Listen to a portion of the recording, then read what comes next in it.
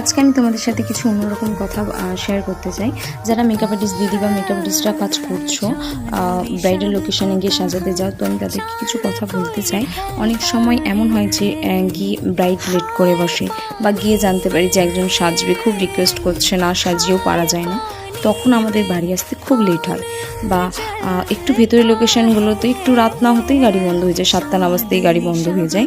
বা একটা গাড়ি আছে যারা তোমাকে দেখবে, কিন্তু তুমি একজন বলে ওরা যাবে না। মাঝে মাঝে আমাদেরকে ভাড়ার থেকেও বেশি টাকা দিয়ে বাড়ি আসতে হয়। তো সেসবের সমস্যা তো রয়েইছে।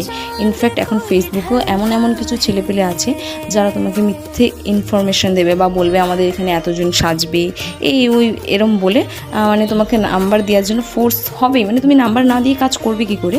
তো সেসব দিক দিয়ে একটু ভেবেচিন্তে নাম্বার দিও। আর ওরা তোমার নাম্বার নিয়ে তোমাকে ডিস্টার্ব করবে, মানে এরা কোনো কাজকে সিরিয়াসভাবে নেয় না।